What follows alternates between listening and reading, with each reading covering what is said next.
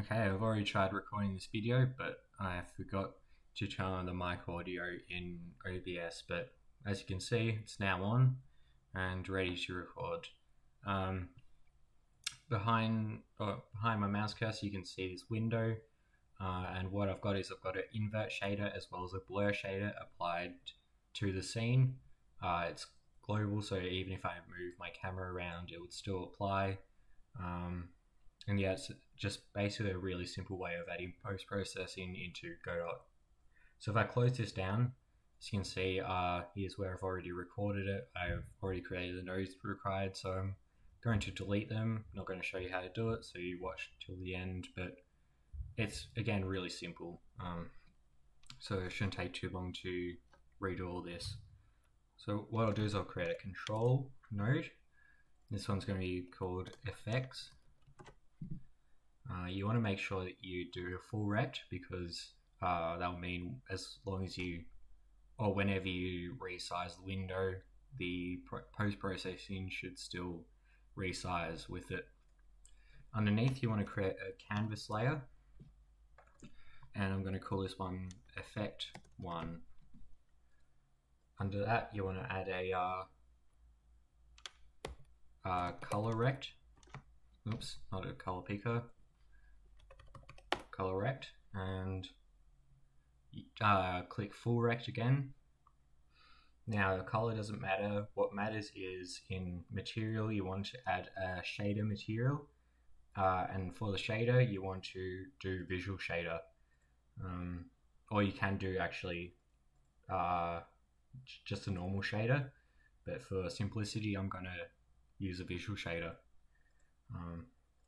Normally I would just use the other shader though, and you can do the same if you want. But anyway, what you need to do to create a post-processing effect is you want to get the screen texture, and you want to get the screen UV as well. You want to use the function texture just down here, and you want to plug in here and here, set this to screen, and plug the RGB into color output.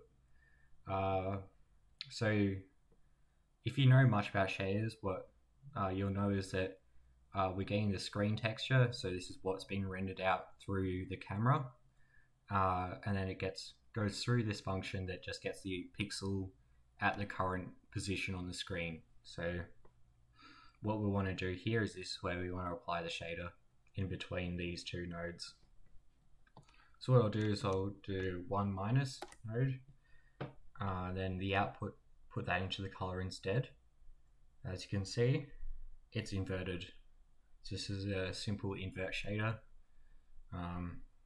Yeah, it's kind of cool.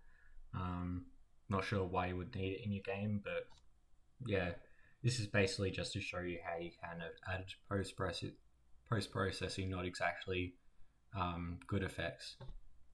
But anyway, I'm gonna create a new effect. So again, it's really simple. You just have to make sure you add another canvas layer. I'm gonna call this one effect 2, and underneath I'm gonna add a color rect. And again, make sure it's full rect, and create the shader again. This time I'm going to create a blur shader. You would have seen in the intro that everything was quite blurry. So again, it's pretty much the same thing.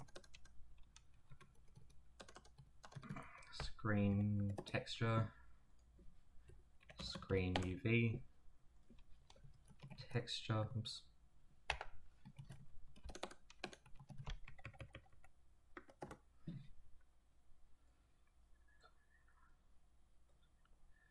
And then you want to plug this in here. Now, the different, what you do different is you get a scalar uniform, and this one's going to be called intensity. And what that will allow us to do is in shader params, we've got the intensity here that we can edit. Make sure you set this to screen again. But anyway, if we put our intensity up to, I don't know, 4, and then we run it again, as you can see, it's very blurry. If you don't want an effect to be applied at a certain time, just hide it, and what that should do is, yeah, as you can see, it's no longer inverted colors. Or hide this one, and it's no effects at all. So anyway, that, like I said, it's a very simple tutorial. I hope you enjoyed it. I hope you find this useful. It's certainly something that I found useful, so that's why I wanted to share it. Thanks for watching. See ya.